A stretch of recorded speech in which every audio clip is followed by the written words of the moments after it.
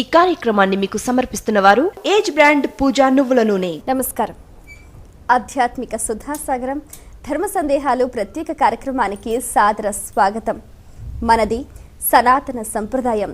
విజ్ఞాన శాస్త్రం ఎంతగా అభివృద్ధి చెందినా మన పూర్వీకులు నిర్దేశించిన సంప్రదాయాన్నే మనం ఇప్పటికీ ఆచరిస్తూ ఉంటాం. అయితే వారు నిర్దేశించిన సంప్రదాయాల్లో ఖచ్చితత్వం ఉంటుంది. అది శుభాలే కావచ్చు, అశుభాలే కావచ్చు, కాలచక్రానికి అనుగుణంగా వ్యవహరిస్తూ ఉంటాం. అయితే వీటితో పాటుగా సూర్యగ్రహణాలు, చంద్రగ్రహణాలను కూడా శాస్త్రానికి అనుగుణంగా మనం ఆయా సందర్భానికి అనుగుణంగా వ్యవహరిస్తూ ఉంటాం. అమావాస్య నాడు వచ్చే సూర్యగ్రహణాలు, పౌర్ణమి నాడు వచ్చే చంద్రగ్రహణాలకు సంబంధించి ప్రేక్షకులు ఎన్నో నియమనిష్టలకు సంబంధించి కూడా మన ఈ ధర్మ సందేహాలు కార్యక్రమానికి ఉత్తరాల ద్వారా రాసి పంపించారు.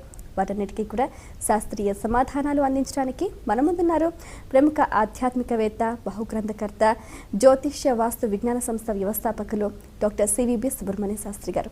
వారితో మాట్లాడి మరిన్ని విషయాలు వారి మాటలో తెలుసుకుందాం. నమస్కారం అండి.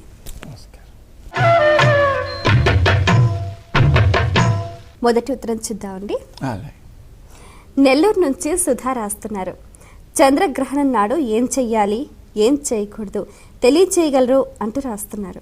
సామాన్యంగా చంద్రగ్రహణానికి 9 గంటల ముందు ఆహారం తీసుకోకూడదు. అయితే మధ్యాహ్నం 3 గంటలకే ప్రారంభమవుతుంది కాబట్టి ఉదయం నుంచి కూడా తీసుకోకపోవడమే ఉత్తమం. మరి చిన్నపిల్లలు రాత్రి 7:30 వరకు ఆగాలంటే కష్టం కదా. అందుకని మనకు ఉదయం 9 లోపులో చిన్నపిల్లలకి, వృద్ధులకి ఆహారాన్ని అందించవచ్చు. ఆ తర్వాత మిగిలిన రోజంతా ఉపవాసం ఉండాలి. మరియు మంచినీళ్ళు తాగుతూ ఉండొచ్చు మధ్యలో. అది కూడా ఒక 3 గంటల ముందు మానేయడం మంచిది. అంటే సుమారుగా మధ్యాహ్నం 3 గంటలకు నీళ్ళు తాగడం కూడా తగ్గించేయాలి. గ్రహణ సమయంలో ఇప్పుడు ఏమైంది, మధ్యాహ్నం 3 ప్రాంతంలో ప్రారంభమైన సాయంకాలం 6:26 వరకు సూర్యాస్తమయం కాలేదు కాబట్టి అప్పటిదాకా గ్రహణం ఉన్నట్టు కాదు. మనకి 6:26 నుంచి 7:15 వరకు 49 నిమిషాల పాటు గ్రహణం ఉంటుంది. ఆ గ్రహణ సమయంలో ప్రారంభంలో మనం జపాధికం పూర్తి చేసుకోవాలి. మనకు ఏవైతే ఉపదేశ మంత్రాలు ఉన్నాయో ఆ ఉపదేశ మంత్రాలన్నింటినీ కూడా ఆ సమయంలో జపించుకోవడం అత్యవసరం. అలా జపించుకున్నాక ముచ్యమానే భవేద్దానం అంటే ఇంకో 10 నిమిషాల్లో పూర్తయిపోతుంది అనగా మనం చేయాల్సినటువంటి దానాలు చేయాలి. దానాలు భౌతికంగా చేయవచ్చు, వ్యక్తి దొరకకపోతే మానసికంగానే చేయవచ్చు. మానసికంగా చేసినవి మాత్రం తర్వాత ఎవరికి చేద్దాం అనుకున్నామో వాళ్ళకి అందజేయాలి. అందుకని సామాన్యంగా గ్రహణ సమయంలో తీసుకుంటూ ఉండరు, తీసుకోవడానికి పెద్దగా ఇష్టపడరు.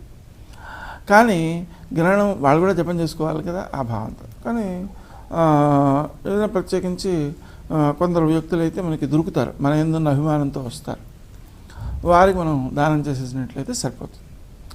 ఆ విధంగా దానం చేయడం విషయంలో ఎన్ని దానాలు చేస్తే అంత మంచిది, ఎంత జపాలు చేస్తే అంత మంచిది. ఇవన్నీ కూడా సుమారుగా 1,000,000 గుణితమైన ఫలితాన్ని ఇస్తాయన్నమాట.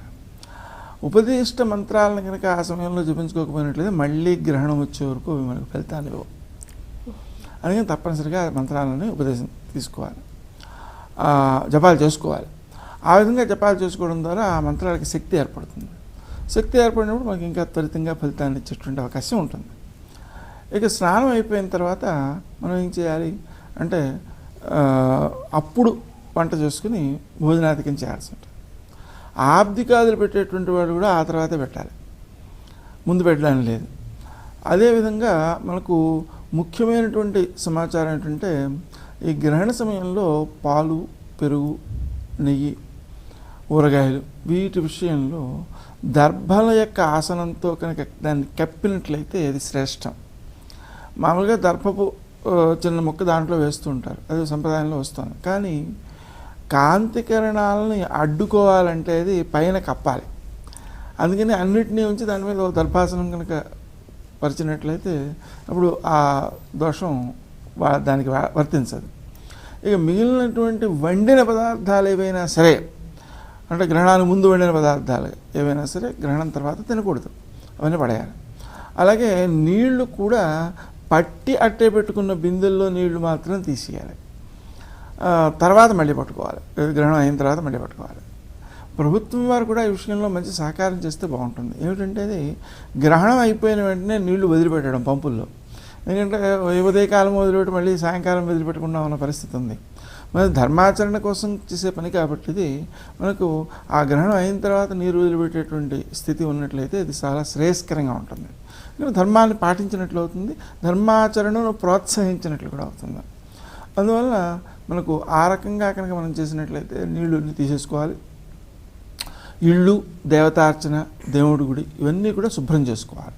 శుభ్రం చేసుకుని వీలైతే పుణ్యాహవాచనం కూడా చేసుకోవడం మంచిది. ఆ పుణ్యాహవాచన జలం ఇల్లంతా చల్లుకుంటే పవిత్రత వస్తుంది. అలా కానీ కుదరకపోయిన పక్షంలో కనీసం గంగాజలమైనా ఇంట్లో ఉంటే దాన్నైనా చల్లితే మంచిది. అది కూడా లేదు అనుకున్న పక్షంలో మనం చేతితో నీళ్లు పెట్టుకుని గంగా గంగా గంగా అని 3 సార్లు అంటే అది గంగా జల పవిత్రత దానికి వస్తుంది. ఆ నీళ్ళైనా ఇల్లంతా చల్లుకున్నట్లయితే ఇంటికి పవిత్రత వస్తుంది. ఆ విధంగా చేసిన దానివల్ల మనకు శారీరక మానసిక ఆరోగ్యాలు బాగుంటాయి, ఆలోచన సరళి ప్రధానంగా బాగుంటుంది. అందుకని సరి అయిన నిర్ణయాలు తీసుకోగల శక్తి ఏర్పడుతుంటుంది. అందువల్ల గ్రహణ సమయాన్ని అలా పాటించడం మంచిది.